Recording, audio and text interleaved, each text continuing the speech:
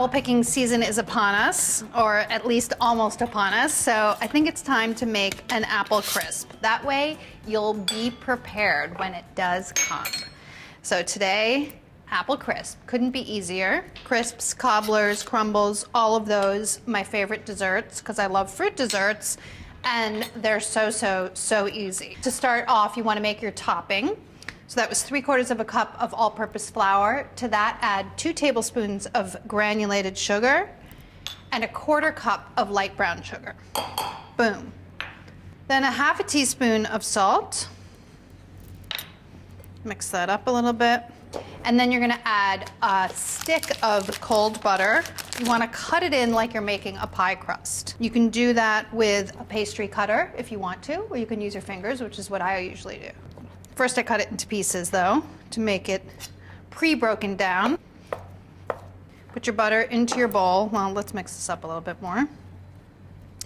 And then work it in with your fingers or with pastry cutter. To this mixture, add 1 cup of oats, not the quick cooking kind, regular rolled oats, and work that in with your fingers. You want it to be clumpy. I kind of squish it together, actually, to be honest. That's what I do. This is clumpy. All of the oats and the flour and everything has come into contact with the butter, so I'm gonna set that aside. So for the filling, you want 3 pounds of apples. You can use a baking apple like a Rome or Cortland or something like that. In this instance, I'm using a Gala, which holds up quite well in baking. So choose your apple, experiment, figure out what kinds you like, and then use those. Peel them. Then you want to cut your apples into like 1/2-inch pieces. I generally just cut around the core and I don't use a corer, which maybe is slightly wasteful, but I do go back in and then cut off the edges so that I can use those. So pretty much it's the same.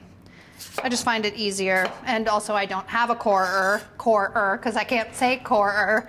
I don't have a corer at home anyway. And now I'm composting at home, which is really exciting because I feel like I'm not wasting as much organic stuff and it's going to good use. It's very exciting.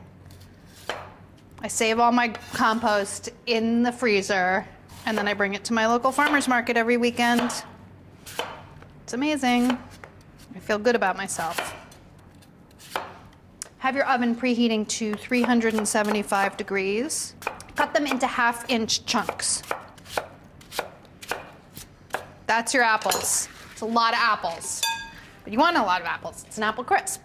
Am I right? Am I right? Some lemon juice. 2 tablespoons of fresh lemon juice. A little bit more, I think. 1/2 teaspoon of ground cinnamon. And then 1/2 cup of granulated sugar, so another 1/2 cup of sugar. This doesn't have a thickener because the topping has all this flour in it. As it cooks, the flour sort of integrates into the apples and helps thicken it. So you don't necessarily need a thickener in here. Sometimes I add a little bit. It depends on the juiciness of my apples. Pour the apples into a 2-quart baking dish.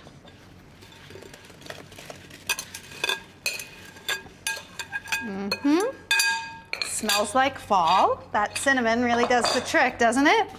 And then crumble your topping over the top. I like to squeeze my crumble a little bit and then drop it in big kind of clumps. I like the clumpiness, but not everybody does.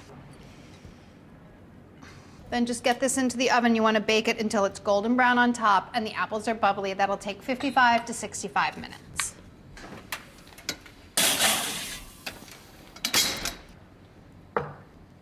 Look, it's done. It's time to eat, which, you know, honestly, that's why I cook to begin with, because I love eating. And I like making things that I like to eat. Cobblers and crisps and crumbles, top on the list. How about some ice cream? Because ice cream is great. No other reason than that. A little scoop. Yeah. You can serve this warm. You can serve it room temperature. You can eat it cold out of the refrigerator. You can do whatever you want. So good.